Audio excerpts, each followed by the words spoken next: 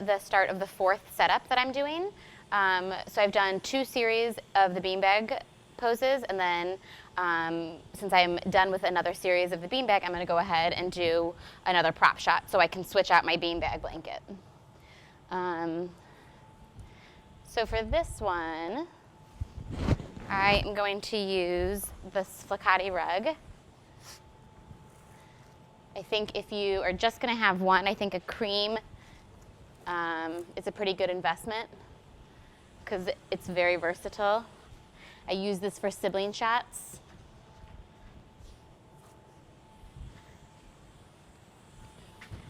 I'm going to select my basket that I'm going to use, and then I'm actually going to select this basket because I just realized I shouldn't do the same pose. I'm again going to go ahead and weight it. This is actually a lampshade. It's just that I find that one of the things that has put me above others is, creating very unique setups. And one way to do that is just to really, when you see a piece, kind of, when I go shopping wherever I am, I'm always thinking, is that something that I can use in terms of placing a newborn? So it's a lampshade. And then I'm going to go ahead and just pad this. Doesn't really matter what goes in here. There is no method to this right now. You do want to pack it pretty full. I'm going to go ahead and use this braid again as my top one.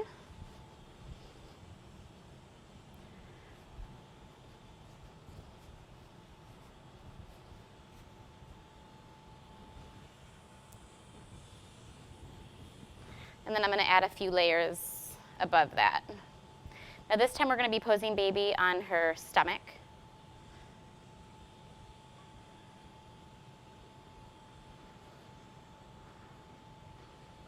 So you can see this part is a little bit more elevated, and this is where her bottom will go.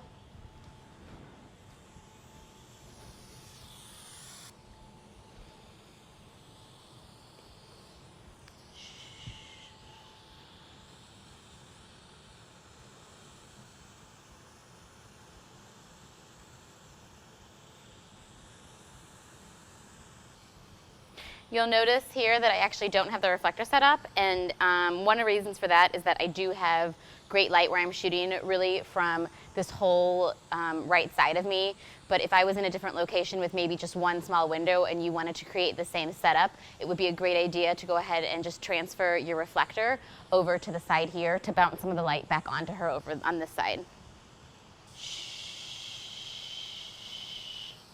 So you'll notice I'm really trying to get baby halfway in the pose before I put her onto the prop.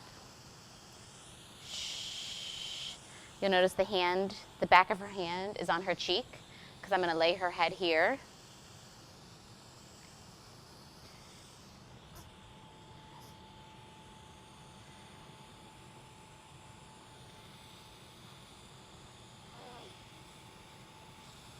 Similar to how I prop her up with that posing throw, I'm going to just use this braid to do the same thing.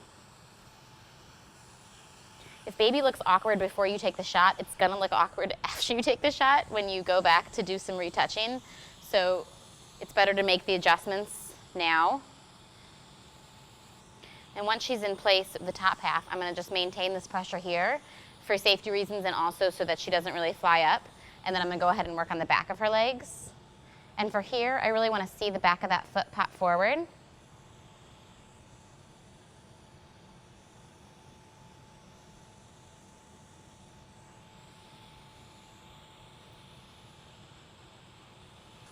She's pretty perfect there. Again, you cannot leave baby like this on her own, ever, no matter how badly you want to take the shot. So you have to have mom or dad or someone come over and spot this. So Grandma, if I could bring you over.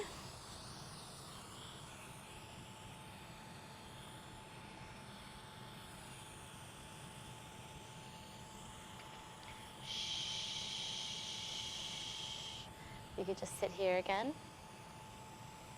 Thank you. And then if you could just, again, put your hand kind of here.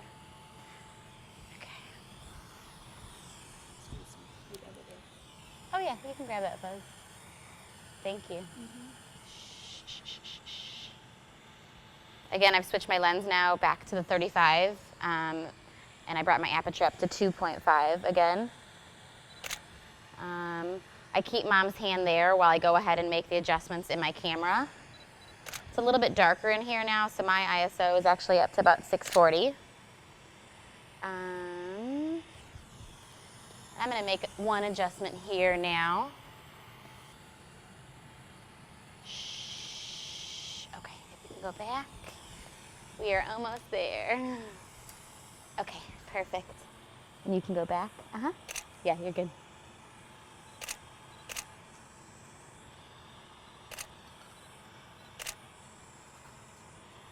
Again, I'm going to go in a little bit close and do just some closer shots of the baby's face.